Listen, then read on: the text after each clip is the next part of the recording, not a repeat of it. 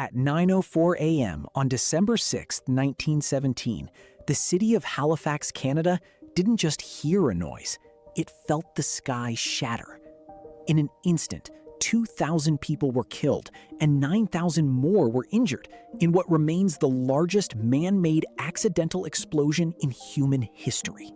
The disaster began with a simple traffic error in a narrow stretch of water.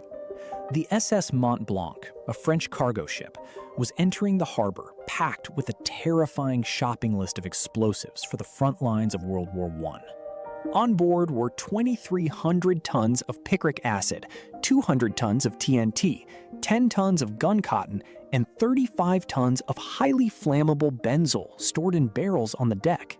As the Mont-Blanc headed toward the Bedford Basin, it met the SS Imo, a Norwegian relief ship moving at a speed of roughly 7 knots, 13 kilometers per hour or 8 miles per hour, well above the harbor's 5-knot, 9.3 kilometers per hour or 5.8 miles per hour limit. A series of confused whistle blasts and stubborn maneuvering led to a slow-motion nightmare. At 8:45 a.m., the Imo's prow sliced into the Mont-Blanc's hull, sparking a fire among the benzol barrels. The French crew, knowing their ship was a floating bomb, abandoned ship immediately, screaming warnings that no one on shore could understand. For 20 minutes, the Mont-Blanc drifted, burning brightly at Pier 6. Spectators gathered at windows and on the docks to watch the spectacle. Unaware, they were staring at a fuse. When the fire finally reached the main cargo, the resulting detonation released the energy of 2.9 kilotons of TNT. The blast wave traveled at more than 1,000 meters per second, 3,280 feet per second, and the temperature at the center reached a staggering 5,000 degrees Celsius, 9,032 degrees Fahrenheit. Everything within an 800-meter, 0.5-mile radius was instantly obliterated.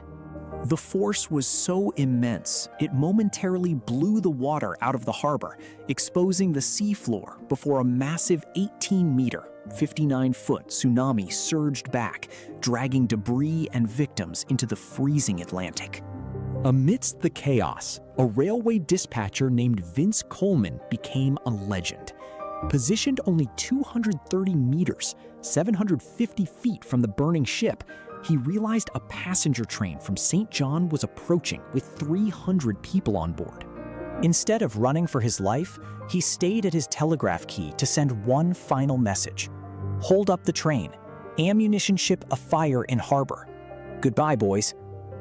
Coleman was killed instantly by the blast, but his warning saved hundreds of lives.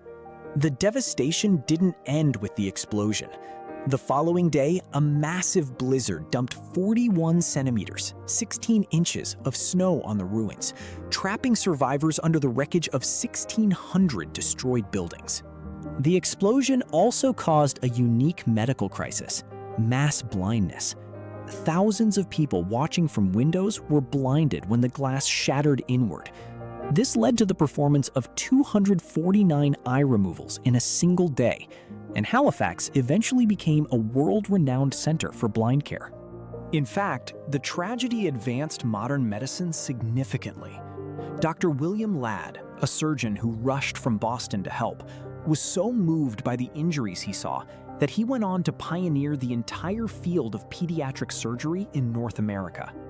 The city of Boston was the first to send a relief train, arriving within hours. To this day, the people of Nova Scotia have never forgotten that kindness. Every single year, the province selects the finest Christmas tree in the forest and sends it to Boston as a symbol of eternal gratitude.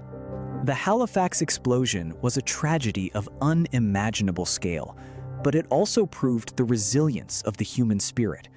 From the ashes of 1917, a stronger city and lasting international friendships were born.